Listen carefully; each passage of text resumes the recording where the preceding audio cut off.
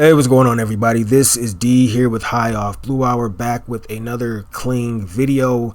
This time I wanted to take a look at a old Photoshop composite image I did back in, I think it was March of 2021. At least that's when I put it in my Lightroom cloud. Put it together in Photoshop, made of 4, maybe 5 just separate images, patchworked together. Very simple, kind of old school Photoshop composite image. And I was like, I want to see what this would look like in Kling. I want to see what Kling would do with this image in terms of animating it and whatnot. So that's what I decided to do. Now, also, for a disclaimer regarding this image is not conveying, or is not trying to convey, any sort of particular message. It's not meant to be, despite what it looks like, it's not meant to be an anti-smoking image, and it's not meant to be a pro-smoking image. It's just, at the time, I thought it looked cool. I liked the kind of darkness of it. I thought it was a little bit provocative and just kind of over the top. I just liked the way it looked. That's why I put the image together when I originally put it together. So I just kind of want to make sure I put that out there, not really trying to preach about anything with this image. So I brought the image out of Lightroom and into Kling, and I also added a text prompt, and that prompt says: the protagonist slowly walks to the tip of the giant burning cigar. The skulls inside the cigar slowly turn their heads. The lit tip of the cigar glows and smolders as it burns. The city skyline in the background is a combination of moody, ominous, and magical as its amber and crimson city lights glow. Very high quality, high resolution, strong, vibrant light and shadows, glowing red rim lighting, very cinematic, smooth tracking shot, professional grade cinema camera. So pretty much all the kind of buzzwords and phrases that I like to put into my prompts, you have that there. For the settings, creativity and relevance, I put that slider over to the right a little bit to the tune of 0.65. We're in professional mode. And then for my negative prompting, I did low quality, low resolution, blur, noise, disfigurement, warping. Again, a lot of the kind of default things I put in all my settings. So let's take a look at this first 5-second version, because I do a 5-second version and then I extended another 5 seconds to get a 10-second version. So we'll take a look at both versions. This is the first version, and I was very happy with this when I first saw it, and still am very happy with it. It actually just, which I guess it makes sense because it's professional mode, and I did emphasize high resolution and all of that type of stuff, but it actually upscales the quality of the original image in a major way. Like, it includes every aspect and feature of my original composite image, but it just makes everything look better. The city in the background looks a lot more vibrant in terms of the highlights. Just the lights are glowing to a much higher degree. Obviously, you got the cherry at the tip of the cigar smoldering and burning just as I asked. Very realistic.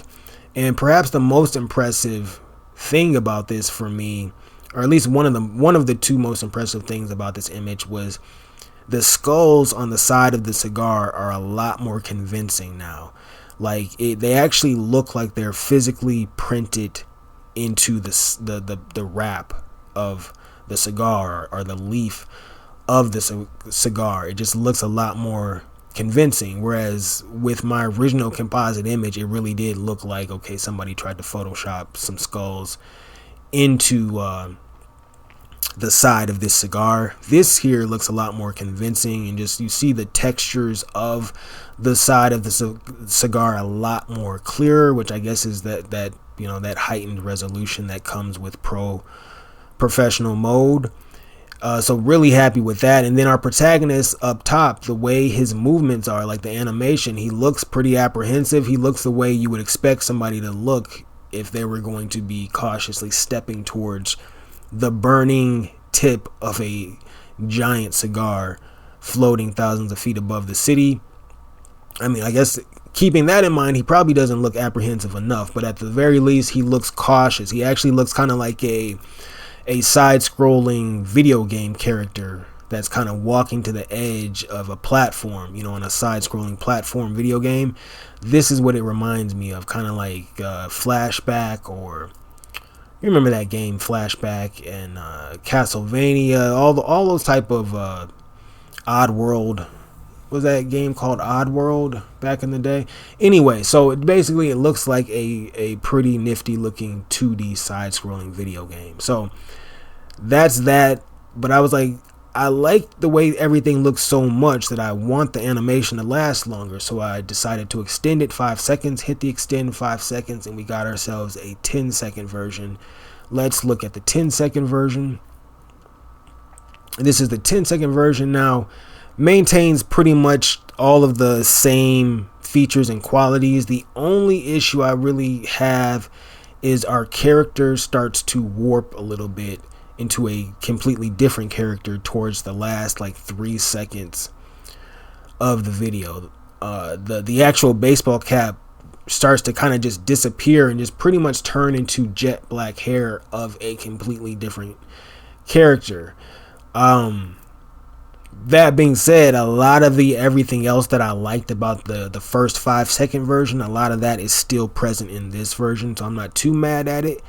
But if I have to pick one between the two, I do think that first 5-second version is the better version, even though this one, lasts longer.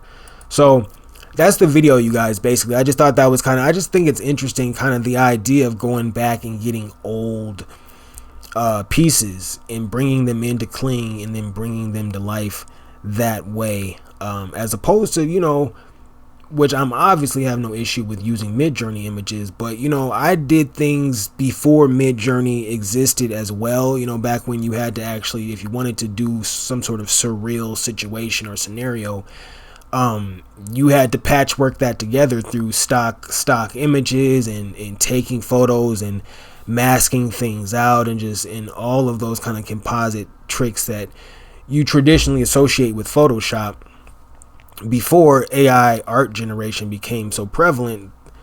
That's what you would have to do to get these surreal situations. So I thought it was interesting to go back, get a old school quote unquote Photoshop composite image, and then bring that to life and see how good that would look. And it turns out it actually looks really good, in my opinion. So the next thing would probably be to grab some old drawings, because I used to draw when I was young. I used to draw a lot more, and so it'd be interesting to put in some hand-drawn cartoons and artwork and things like that, put that into Kling and see what Kling would do with that, and kind of how that would look. So that is the video, you guys. Not a major revelation, not even a major teaching moment. I just thought it was kind of an interesting thing to check out. All right, so that is the video, you guys. Thank you for watching, and I will catch you on the next one.